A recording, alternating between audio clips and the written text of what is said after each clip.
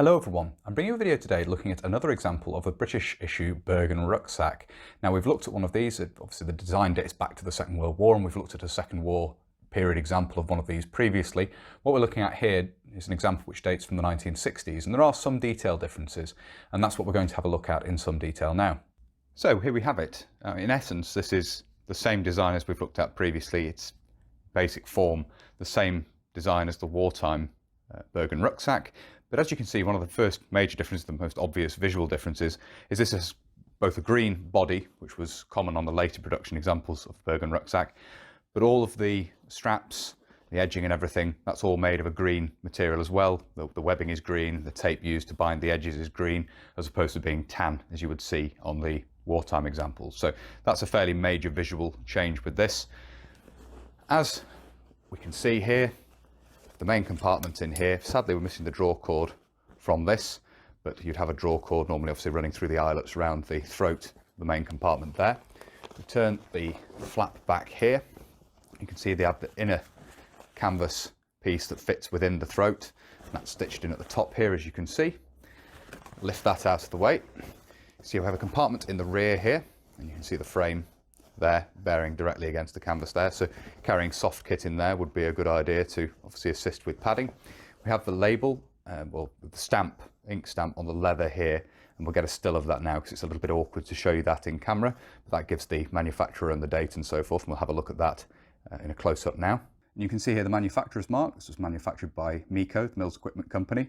You then have the date of 1966 and the government arrow after that. And then you have the NATO stock number stamped underneath, as you can see here. And then other than that rear compartment there, the main body is of course one large open compartment, as you can see down in there. There are no other internal dividers or anything in there, as we saw with the previous example of these that we've looked at. The main flap closes with two straps which fix these buckles here. You can see we do have a little bit of damage here where it's torn, and there's a little patch been sewn and glued in there to repair the front of the rucksack. If we bring the flap over here, you can see we have the two straps coming down. They're stitched right up to the leather reinforcement at the top here, run right across the flap. The flap, as we had seen previously on the previous design, has a zip compartment within there. If we open this up, and the zip is a little bit stiff. I have lubricated it in the past, but it still remains a little bit stiff. We'll open it enough to see. You can see we do have a waterproof material under the flap now, which is something that was not present previously.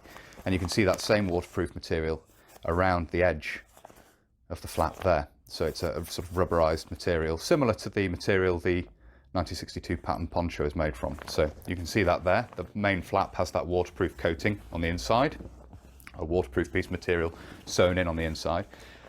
And as I say, that comes down and closes with the two straps, the main straps that come down there. These are they're overly long for just closing the rucksack, so you can carry a load underneath the flap with these extended up if required as an element of the design. On the back of this as it's carried, obviously on the front as we're looking at it here, there is of course a lower compartment. We'll open this up here, bring this into shot and open it up. Look at this. So this again closes with two straps, we saw on the previous design, the previous version of this we've looked at. Now on that version, this also closes with a zip. That's missing from this, but you can see we again have that waterproof material as a backing to the canvas here for the lid of this compartment, leather reinforcement for the straps, and then the inside of this that's away from the main body is also lined with that waterproof material. So this side here, and then the bottom are all lined with this green material, waterproof material. So at least some chance of the contents of this staying relatively dry. Given operations in the jungle in the 1950s and 60s, it's not surprising that that was added to the design. Moving on to look at the side, we again have these leather straps here, which will allow for the fitting of auxiliary straps, as we saw with the previous version of this which we looked at. So you have small, I think the 1/2-inch straps, if I remember correctly, which can be slotted through these to carry an extra load down the side between the side pocket and the rear pocket here. You could carry something strapped onto the side of the rucksack using those straps if required.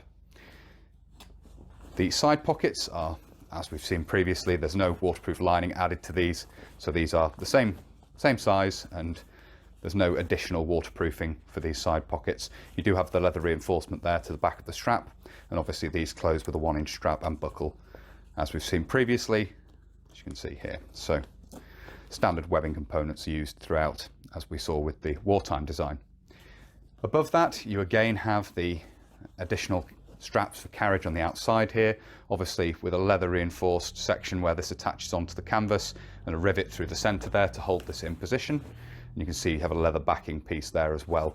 So again, these allow you to carry a load strapped onto the outside of the rucksack to give you that extra carrying capacity, and the strap is a good long length of strap there to allow you to carry something quite bulky strapped onto the outside of the rucksack if you needed to. Looking at the other side here, it's a mirror image of what we've just looked at. You can see the side pocket here and the additional load carrying strap above that. We'll flip this over now and have a look at the frame, the back here. And again, this is very, very similar to that which we've looked at previously. You can see here we have the hip pad webbing, the webbing straps coming up here to the top. The way these attach is via a leather chape which fits onto the frame through this leather section at the top here, if I can show you that there. Bring that into shot, so you can see those two leather chapes come through, leather section at the top here which fits over the frame, and then they buckle onto leather sections on the webbing shoulder straps which have a buckle attached to them, and you can see that there. This is copied directly from the wartime rucksack, there's no modification there, and the addition of a D-ring here, and that's carried across from the wartime design of the rucksack as well. The shoulder straps then come down. You have here two 2-inch sections of webbing, which are, sorry, not quite 2-inch actually, I think they're 1.75 inches if I remember correctly. These would attach the utility pouches. That's the original intention behind these. You could actually attach the utility pouches onto these, which are of course the auxiliary pouches for carrying extra Bren gun magazines and so on. You could attach those onto these rather than wearing a set of web equipment. So that was an initial part of the design and carried across to this 1960s example. You can see that there, featured carried directly across. The straps then come down to leather sections, again as we've seen with the previous design, which buckle onto these buckles which are attached onto the lower part of the frame here. You can see that there. And as we've seen with the previous example, the wartime example, you can see here how the body of the rucksack attaches with this leather section at the corner here over this stud on the metal frame there.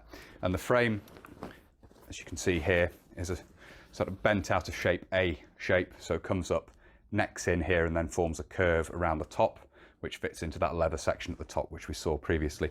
There's also a cross piece here, and at the sides here, if we pull the straps out of the way, you can see the angled section which comes out here to attach onto the hip pad and the lower part of the shoulder straps, and also onto the body of the rucksack there as well. The other part of the shoulder straps is sewn around the frame here. You can see in there, as we saw on the previous example, that's exactly the same. So basically this is a slightly modified version of the wartime Bergen rucksack, with that waterproofing added to some of the pouches on it. But otherwise, apart from the colour change externally, this looks very, very similar, but it does have those detail differences. And I say the addition of the waterproofing makes a lot of sense when you consider the operations in the jungle which the British Army had been involved in the 1950s and 1960s. So I hope you found it interesting looking at this. Obviously the idea of this is to sort of show you some of the features which had changed over the years, and obviously show you the late manufacture of these into the 1960s. I believe Australia was still manufacturing these at this time as well. Basically it's the same design. So as I say, I do hope you found it interesting looking at this. If you have and you'd like to see more of this sort of thing, please do consider subscribing to the channel if you haven't already. And whether you're newly subscribing or you've previously subscribed, please do make sure you hit the little bell, the notification button down below. That will of course alert you when I upload future videos. If you really like my uploads and you would like to support the channel, you can. Both Patreon and PayPal are linked down below. And as I always say, a massive thank you to everybody who supports the channel using those two methods.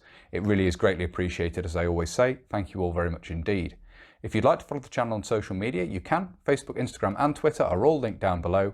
And if you'd like to get in touch but you don't really use social media, there is of course an email address in the description as well. That's everything for this video. So until next time, bye for now.